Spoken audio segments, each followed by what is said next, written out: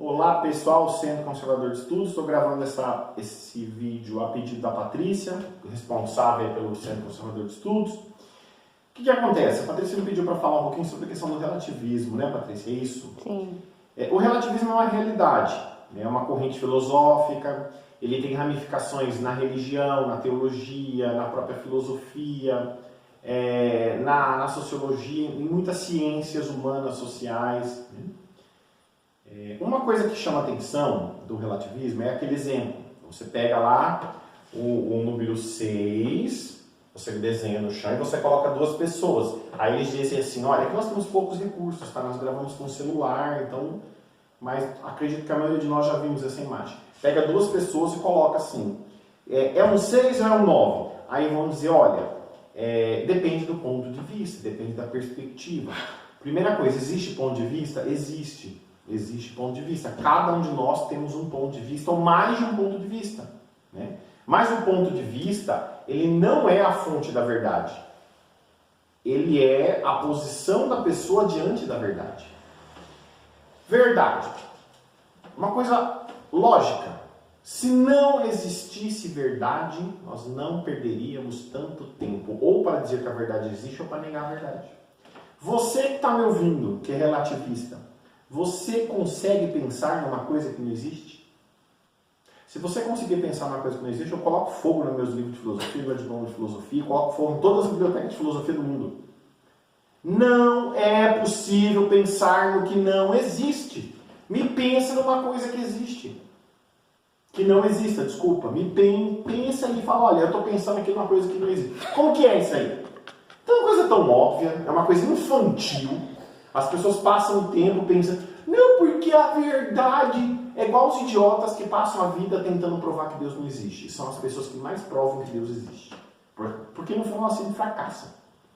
Aí ela pega Deus, que é um ser espiritual. No mínimo ele tem que ser admitido como ser espiritual. A pessoa fica tentando provar em laboratório. Como é que você vai usar uma realidade material para provar que o espiritual não existe? Mas nem fazendo espelho.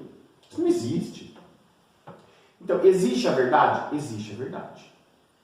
Se nós já conseguimos conceber a verdade, é porque ela existe. Agora, qual verdade que existe? Quantas verdades que existem? Aí sim é uma coisa justa e justificada pelo uso da razão. Quantas verdades existem? Ou quantas facetas da verdade existem? Eu aprendi nas boas lições de filosofia que eu tive ainda no ensino médio com meu professor de filosofia, que existe a verdade e existe a minha verdade. Só que essa frase, ela foi distorcida. Quando você fala para a pessoa que existe a verdade, a minha verdade e a sua verdade, a pessoa diz, não, então eu tenho a minha verdade, ele tem a dele, ela tem a dela. Não é isso que essa frase significa. É tudo relativo, né? Não é isso que essa frase significa. Significa que existe a verdade e eu tenho a minha porção, a minha percepção da verdade. É o que eu conheço da verdade. Vamos pegar uma verdade espiritual. Jesus Cristo é o caminho, a verdade e a vida. Assim ele se revelou e assim eu particularmente creio. E se eu não tivesse isso como objeto de fé, não ia mudar nada. Ele ia continuar sendo o que ele é. Talvez eu não seria o que eu sou. O que eu conheço de Jesus Cristo? Tem uma experiência espiritual, tem uma experiência de estudo teológico, uma experiência de vida e de testemunho. Então, eu tenho um contato com a verdade que é Jesus Cristo. Eu não tenho a verdade que é Jesus Cristo. Certo? Pega uma coisa material. Eu conheço uma história de um assassinato. Então eu sou uma testemunha. Eu estive presente. Eu verifiquei ali, eu vi o que aconteceu, eu vi que o cara puxou o gatilho. Então eu tenho a minha verdade sobre aquele fato ocorrido. Mas eu não tenho domínio daquele fato.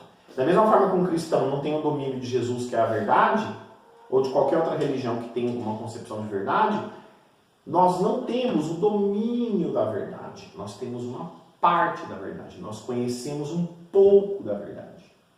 Então as pessoas se perderam nisso aí. Quando diz, eu tenho a minha verdade, não quer dizer que existe a sua, a dele, é tudo relativo. Não. Porque a verdade é uma coisa tão grande, né? Que ela vai terminar em Deus, que é a verdade absoluta, a verdade perfeita, toda a verdade, que nenhum ser humano é capaz, a não ser a Virgem Maria que carregou no ventre a verdade, de apreender a verdade. Então eu tenho a minha verdade. O que significa isso? Olha, eu conheço um pouco da verdade. Eu conheço aquilo que me foi possível conhecer. O que o relativismo fez? Ele distorceu essa frase, ele criou uma confusão na cabeça das pessoas. Olha, tudo é relativo. Isso, o primeiro relativista, nós vamos estudar no curso de filosofia, é Gorgias. O homem é a medida de todas as coisas, daquelas que são pelo que são e daquelas que não são pelo que não são. Então o que acontece? Eu tenho a verdade e eu tenho o homem. Como que uma pessoa que usa a razão faz? Olha, eu, homem, olha, me foi permitido conhecer um pouquinho da verdade, eu testemunhei esse assassinato. Olha, veio Deus do céu e falou que é a verdade. Eu conheço um pouco, eu tenho a minha verdade, eu tenho a minha percepção da verdade. O que o relativista faz? Ele inverte. Ele pega a verdade, coloca o homem em primeiro lugar. Olha como fica o braço cruzado, sem movimento, você perde a mobilidade. E o homem começa o quê? Bom, depende. Se eu quiser reconhecer isso aqui como verdade, eu reconheço, se não, não reconheço. Aí nós temos as bizarrices. O homem olha e fala, não, isso aqui não é um celular. Depende do meu ponto de vista, depende da minha perspectiva. Já abandonou a razão uma pessoa dessa. Não tem mais fundamento nenhum que ela fala. Ela está deixando de ser humana. Ela está se tornando mais... Ela está se desvalorizando. Ela está se colocando abaixo do animal, com um sistema mais simples possível. Porque ela abandona uma das grandes capacidades do ser humano de reconhecer as coisas, de identificar as coisas, de nomear as coisas. São capacidades altíssimas da intelectualidade humana. Um cachorro ama o seu dono, mas ele não é capaz de dar nome ao seu dono. O humano ama o seu animal e o dá nome, o identifica as necessidades específicas daquela raça. Um tem que ter mais comida, outro menos, um precisa ter atividade física, outro pode deixar o pelo crescer, o homem vai identificando, certo? Então o que acontece com o relativismo? O relativismo, o homem abre mão da capacidade de ser humano, ele fica repetindo mantras para tentar sufocar a razão.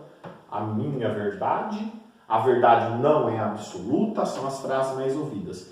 Depende do ponto de vista, depende se eu estou de um lado do 6 ou do lado do 9. Não, ele só vai ser uma coisa, voltando ao início, aquele número. Ou ele é o 6 ou ele é o 9. Não vai depender do ponto de vista de quem está olhando. O que veio antes dele? Foi um 8 ou tinha um 5? É um indicativo se ele é um 6 ou um 9. Era uma sequência numérica de 1 a 10? Então são perguntas que qualquer ser humano que usa a razão faz. Então, o relativismo filosófico, que refletiu na capacidade de pensar, foi influenciando a teologia e as outras ciências. Isso vai desumanizando a humanidade, vai tornando a humanidade inferior ao animal com um sistema orgânico mais simples. Isso é destrutivo. Do ponto de vista teológico, isso é diabólico. A ponto de que a pessoa, para negar que existe uma verdade, ela cria uma verdade na cabeça dela.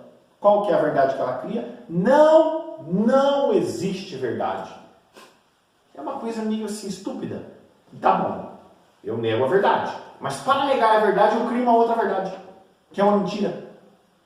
Não existe verdade absoluta. É impossível conhecer a verdade. A pessoa quer negar a verdade, que é fácil de se perceber com a razão, criando verdades fantasiosas. Então o homem ele entra numa espécie de paranoia. Quando ele nega a verdade, quando ele entra no relativismo, ele vai ficando paranoico a ponto de ficar louco.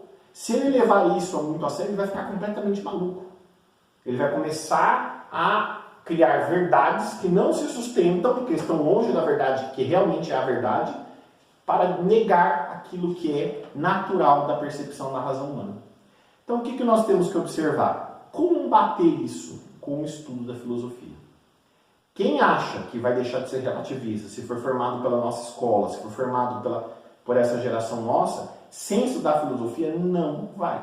Ele só vai mudar o jeito de negar a verdade, de negar a busca da verdade. Certinho? Até a próxima, um grande abraço.